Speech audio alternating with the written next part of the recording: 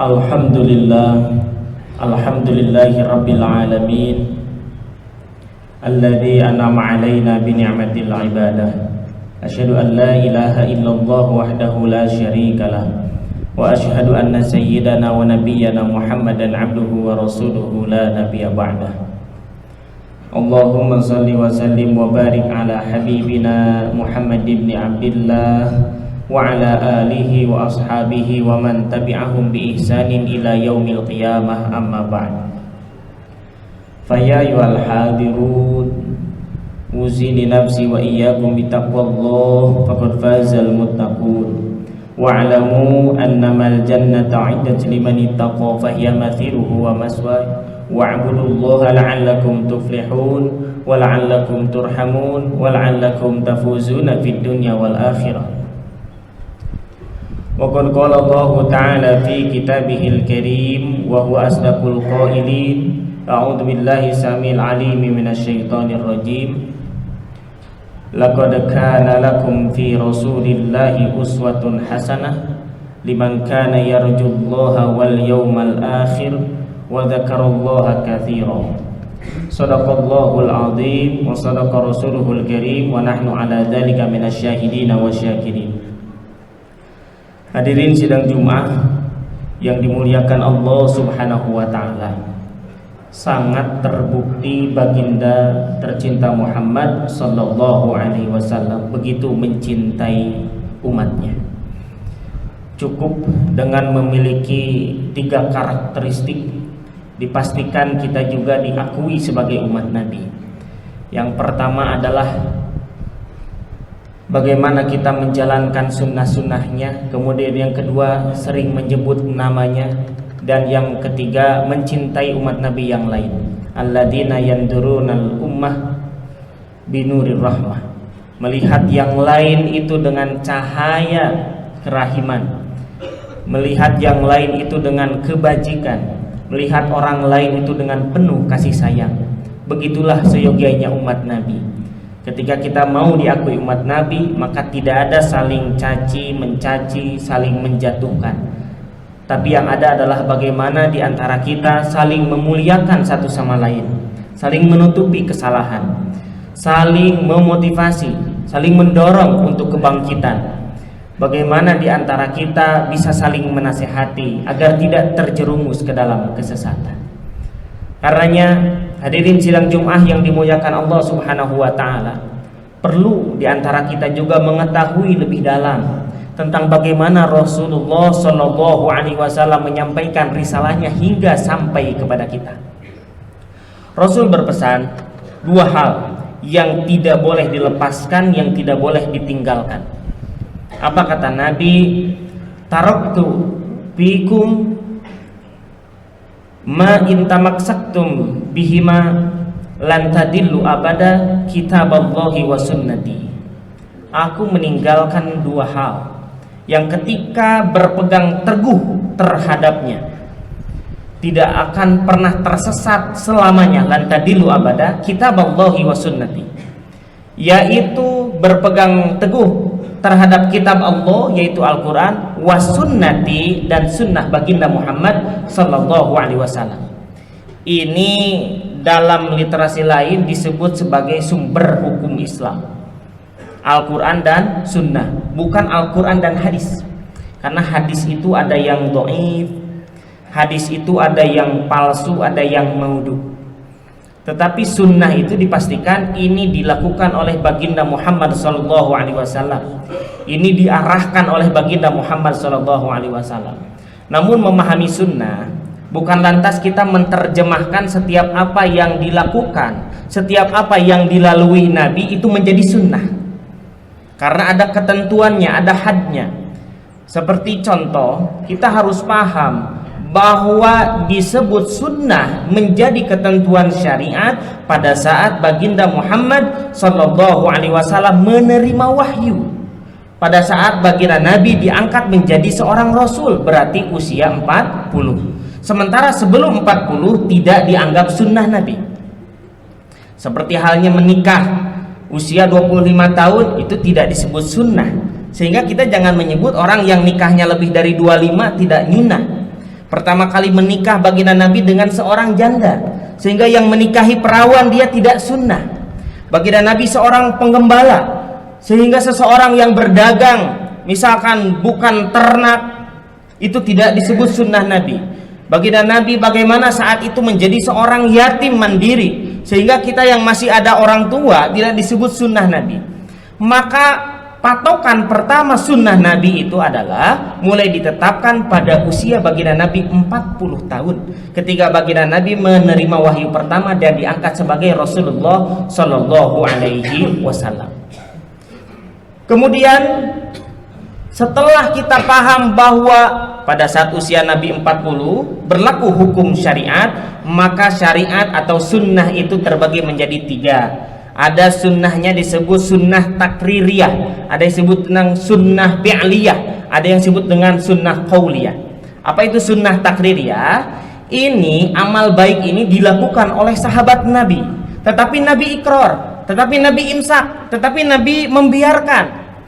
Meskipun sempat jadi perdebatan para ulama, diamnya Nabi ini setuju atau Nabi itu menunggu wahyu. Maka tetap meskipun itu amal kebaikan dilakukan oleh orang lain, ketika Nabi mengiyahkan lalu mendukung, menguatkan bahwa ini sesuatu yang baik, itu disebut dengan sunnah, namanya sunnah takririyah. Seperti halnya kita mendengar ada disebut dengan sholat sunnah tahiyatul masjid, ada sholat sunat sukrul wudu, ada membaca al-ikhlas 11 kali tiap rakaat diulang-ulang, itu disebut dengan sholat sunat taubat. Itu disebut sebagai sunnah takririyah, dilakukan oleh sahabat tetapi tidak melanggar syariat dan diiyahkan oleh baginda Nabi sebagai sebuah amal kebajikan. Kemudian ada sunnah fi'liyah, ini dikerjakan oleh Nabi. Bisa jadi sesuatu yang dikerjakan oleh Nabi itu menjadi syariat bagi seluruh umat Nabi, dan bisa jadi itu menjadi hal yang mubah dilakukan oleh umat Nabi, seperti halnya tahajud. Tahajud itu menjadi syarat sah menjadi seorang Nabi, syarat menjadi seorang Rasul. Maka yang mengakui diri Nabi, mengakui diri seorang Rasul tidak melaksanakan tahajud, berarti itu akan diputus dengan ketentuan itu. Kemudian ada yang disebut dengan sunnah fi'liyah, setiap apa yang dikatakan Nabi menjadi sunnah bagi seluruh umat Nabi. Ini yang selanjutnya kita kenal sebagai hadis baginda Muhammad Sallallahu Alaihi Wasallam. Tetapi ketika bicara sunnah, ada transformasinya, ada perkembangannya, tidak melulu seperti demikian. Makanya hati-hati dengan jebakan Batman. Ada kalimat harus kembali kepada sunnah, kembali kepada Al-Quran. Kembalinya jangan terlampau terlalu jauh, karena hukum pun juga mengalami yang disebut dengan transformasi, yang disebut dengan perubahan. Yang dulu tidak ditemukan, ternyata studi kasusnya ada pada zaman sekarang. Maka ada basul masail di situ, ada penetapan hukum di situ, ada musyawarah para ulama di situ, ada penetapan hukum baru yang lahir. Sehingga secara umum usul fikih menyebutkan al-hukmu yaduru ma'illatihi. Yang disebut dengan hukum itu beregulasi sesuai dengan penyebabnya, sesuai dengan ilatnya, sesuai dengan kebutuhan zamannya. Nah, dalam hal ini kita bagi hukum Islam itu menjadi 3. Hukum Islam itu ada yang sifatnya tasri, ada yang sifatnya istinbati, ada yang sifatnya tatbiqi. Apa itu tasri? Tasri itu yang sifatnya nusus, sumber-sumbernya jelas, ada dalam Al-Qur'annya, ada dalam hadisnya, tidak bisa diganggu gugat dan tidak bisa diamandemen. 114 surat misalkan, 6.000 sekian ayat, ditetapkan 30 juz, ayat pertama itu dan sebagainya, itu sifatnya tasri, tidak bisa diganggu gugat. Bicara fikih sekarang, sholat 5 waktu dari dulu sampai sekarang tidak bisa diamandemen karena terlalu rajin sholat subuhnya jadi 3 rakaat misalkan dan lain sebagainya. Tidak, itu sifatnya tasri, dan itu tidak mengalami perkembangan, hanya tafsirnya saja. Sehingga kalau kita bicara misalkan ketika di kampus-kampus menerapkan, kita ngambil grand teorinya dari Al-Quran, maka pertanyaannya yang diambil itu ayatnya atau tafsir daripada ayat. Ternyata yang selama ini kita perdebatkan adalah tafsirnya, karena tidak mungkin ayat itu bertabrakan dengan ayat yang lainnya, tidak mungkin ayat itu salah, tidak mungkin firman Allah itu keliru. Yang keliru itu bagaimana kita menerjemahkannya, yang keliru itu bagaimana kita menginterpretasinya. Sementara bicara tafsir itu adalah ratusan bahkan ribuan, dan beberapa tafsir tidak terkelola oleh kita, bahkan kita tidak mengenal tafsir itu. Sementara tafsir yang kita kenal terjemahan Kementerian Agama cuma satu tok saja, dan itu tidak bisa dijadikan kekuatan nusus. Kalau kita bicara tasri, bicara ketetapan yang tidak bisa diganggu-gugat. Kalau bicara tafsir berarti ada transformasi. Setelah tasri, transformasinya kemana? Kepada istinbati. Istinbati itu apa? Masuk pendapat, paham para ulama, disebut ulama fikih, ulama fuqaha, menetapkan hukum-hukum baru. Kita mengenal ada mujtahid mutlak, ada madhab di situ. Madhab bukan sekedar madhab fikih, ada madhab kalam, ada madhab siasah. Seperti halnya orang sekarang bermadhab fikihnya Syafi'i, tetapi bermadhab siasahnya Syiah. Bisa jadi dia itu Syiah, madhab siasahnya, madhab politisnya, tetapi kenapa sholatnya kunut misalkan? Karena berbeda penerapan. Oh, ada madhab kalam misalkan madhab kalamnya ngambil hukum Asy'ariyah yang menerapkan sifat 20 Allah yang wajib. Ada yang madhab kalamnya misalkan Jabariyah, ada yang madhab kalamnya Qadiriyah. Itu berkembang pada masa-masa ulama salaf, orang menyebut sampai dengan usia 300 tahun. Ulama fuqaha istinbati di situ, ada koreksi, ada penjelasan yang lebih rinci daripada hukum tasri tadi, penjelasan lebih rinci daripada Al-Qur'an dan hadis tadi.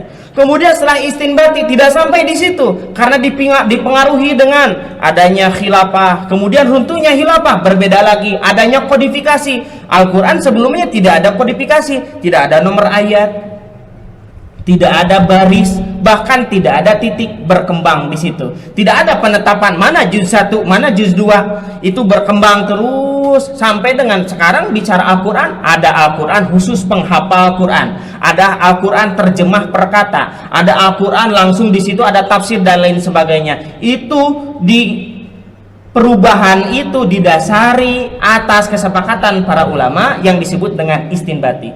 Kemudian dari situ naik hukum yang ter-up to date. Itu bisa jadi tahun 1000 sekarang kita pakai apa yang disebut dengan tatbiki. Ini adalah ketetapan yang sifatnya mutlak, yang sifatnya lokal, dan juga berlakunya temporari. Siapa yang menetapkan ini? Yang pertama yang paling kuat adalah tatbiki itu ditetapkan oleh seorang imam, oleh seorang pemimpin. Kalau negara kita disebut sebagai seorang presiden, ada di situ kekuatan daripada presiden itu mengeluarkan disebut dengan konun atau undang-undang. Ketika hukum Islam masuk ke dalam undang-undang atau disebut dengan hukum positif, maka itulah yang dipakai.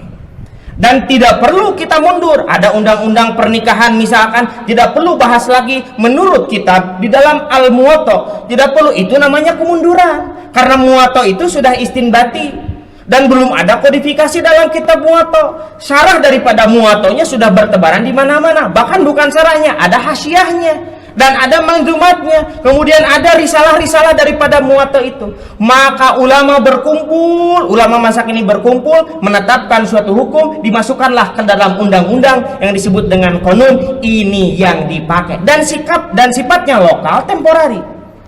Itu yang selalu berubah dan kita mengikuti itu. Kemudian yang tatbiki apa lagi? Yang tatbiki seperti halnya qadi, pengadilan menetapkan, maka ada hukum daripada qadi ini menjadi qada. Ini adalah ketetapan pengadilan, bahwa contoh ketetapan pengadilan bahwa tanah yang diwakafkan menjadi hak Allah, secara statusnya ada AIW-nya, diurus oleh negara, oleh BPN, dikeluarkanlah sertifikat tanah, disebutnya adalah tanah wakaf. Maka wakaf ini jadi berkembang hukum wakafnya. Wakafnya ada yang sifatnya tasri, ada yang sifatnya muamalati. Kalau orang bicara wakaf Quran hukumnya seperti apa? Karena bicara wakaf ada undang-undangnya, ada hukum positifnya, maka diakui oleh negara, ada wakifnya, ada nadhirnya, ada mauquf alaihnya, kemudian ada akadnya, kemudian akad secara tertulisnya, ada AIW-nya tertulis dan sebagainya. Itu berkembang.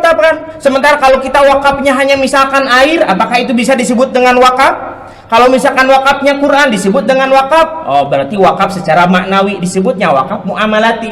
Maka dibedakan, wakaf muamalati disebut dalam bahasa lain disebut dengan wakaf, disebutnya adalah ada mahdoh, ada ghair mahdoh. Wakaf muamalati berarti ghair mahdoh, tidak ada rukun syaratnya, tidak perlu misalkan ada saksi ketika wakaf Quran, simpen aja di masjid, dipakai oleh siapa saja. Maka wakaf muamalati ini sama dengan sedekah, tidak perlu ada akadnya dan lain sebagainya, itu sah. Tapi kalau misalkan kita wakafnya mau wakaf tanah yang nilainya besar, akan kecenderungan kalau tidak ditertuliskan akan ada rebutan di situ, yang akan diwakafkan oleh orang tuanya sementara oleh ahli warisnya tidak diakui sebagai wakaf, bisa terjadi permasalahan. Seperti tanah wakafnya milik Pak Kiai Syukron Makmun, beliau adalah seorang dai ulama terkenal, namun karena tidak punya kekuatan dari segi sertifikat wakaf, maka itu diambil alih oleh hak keluarga, oleh ahli warisnya. Nah, ini diatur oleh kodi pengadilan. Kemudian yang terakhir, yang tatbiki sifatnya adalah fatwa, yang mengeluarkan siapa? MUI. Seperti halnya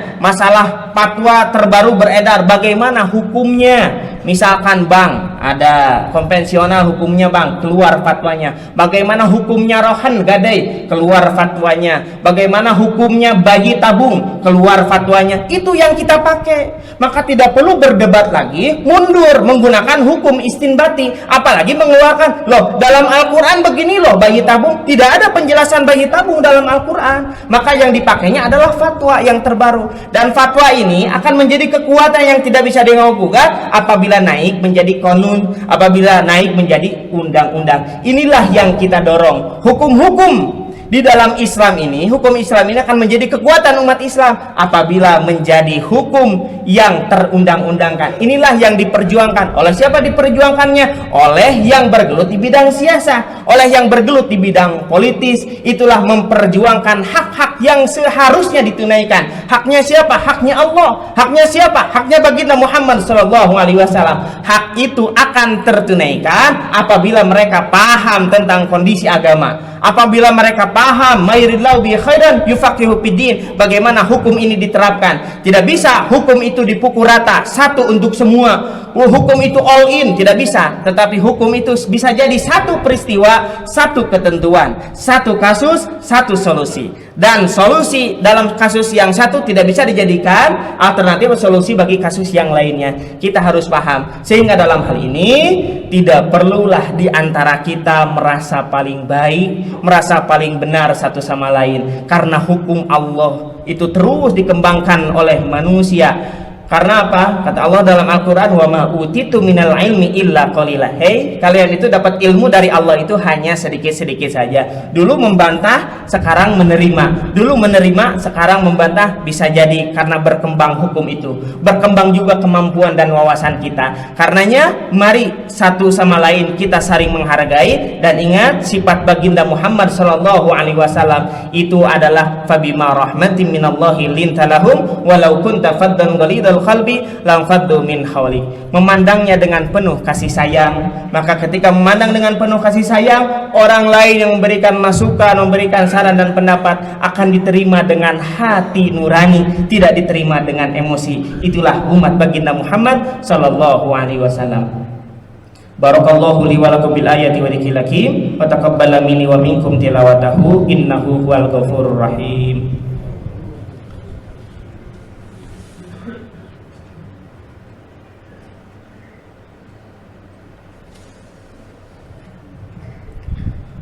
Alhamdulillah, alhamdulillahi rabbil alamin, wal aqibatu lil muttaqin, wala udwana illa 'alal zalimin.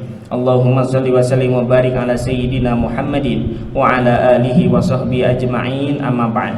Fa ya ayyuhal hadirun ittaqullaha haqqa tuqatih wa la tamutunna illa wa antum muslimun, fatazawwadu fa inna khairaz zadi taqwa wattaquni ya ulil albab. Innallaha wa malaikatahu yusalluna 'alan nabi ya ayyuhalladzina amanu sallu 'alaihi wa sallimu taslima. Allahumma salli wa sallim wa barik ala habibina wa syafi'ina wa karimina wa maulana wa qurrati a'yunina Muhammad wa sallim radhiyallahu ta'ala an kulli sahabati rasulillahi ajma'in, amin ya Allah ya rabbal alamin.